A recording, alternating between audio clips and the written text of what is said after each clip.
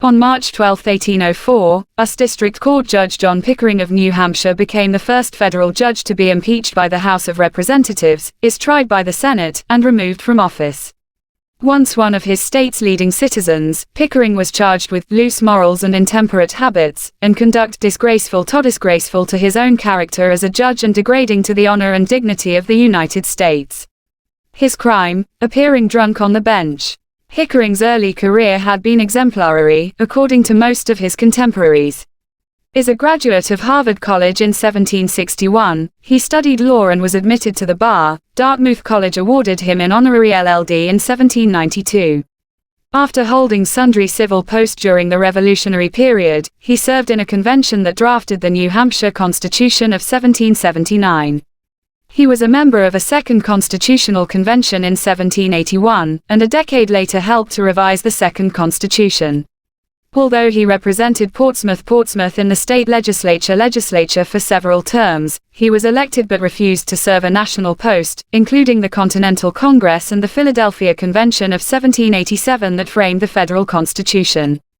His refusals may have been connected with his dread of crossing water, which often compelled him to travel miles out of his way to avoid ferries, rather than any lack of interest in national affairs, because he was an influential member of the New Hampshire Convention that ratified the United States Constitution. He was a presidential elector in 1788 and again in 1792, and served in the New Hampshire State Senate. In 1790 Pickering became Chief Justice of the Superior Court of New Hampshire, is a position he held until 1795, when he was appointed a lifetime judge of the United States District Court. Although he appeared relatively competent for several years, by the turn of the 19th century the eccentricities had deteriorated into insanity and alcoholism.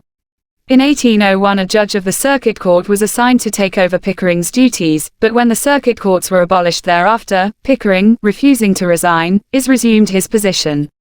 Pickering's career reached its nadir in 1802, when he presided over a trial concerning the seizure by United States custom officials of the ship Eliza on smuggling charges. The trial was a farce. On the opening day Pickering staggered into the courtroom, intoxicated. After exhibiting some bizarre behavior, Pickering ordered the trial postponed until the next day, remarking that he would then be sober. The following day, however, the judge was even more inebriated. After hearing the ship owner's case and a few minutes of argument between the attorneys, Pickering ordered the ship returned to its owner. The district attorney was allowed only a few minutes to present his witnesses. "We will not sit here to eternity to decide on such paltry matters," Pickering declared. Federal officials then decided to act.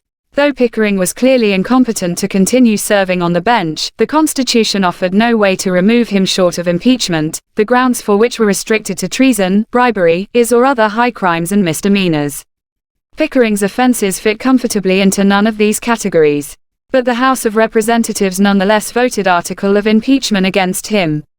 His removal from office was complicated when it became a battle between opposing political parties. Republicans versus Federalists over control of the judiciary. The impeachment itself became another scandal, described by historian Henry Adams as confused, contradictory, and irregular. A perversion of justice. The articles of impeachment charged the judge with violating procedural rules, improperly enforcing the law, drunkenness, and profanity on the bench. Pickering filed no answer, he never appeared before the Senate and no attorney represented him. Republican senators aided the prosecution, while Federalist senators conducted the defense. Pickering's son Jacob presented a petition at the opening of the trial claiming that his father, though previously above reproach in his morals, had been for several years insane, his mind wholly deranged, a disorder that had baffled all medical aid. As a result, the defense maintained, Pickering was not subject to impeachment, for he was incapable of rational judgment.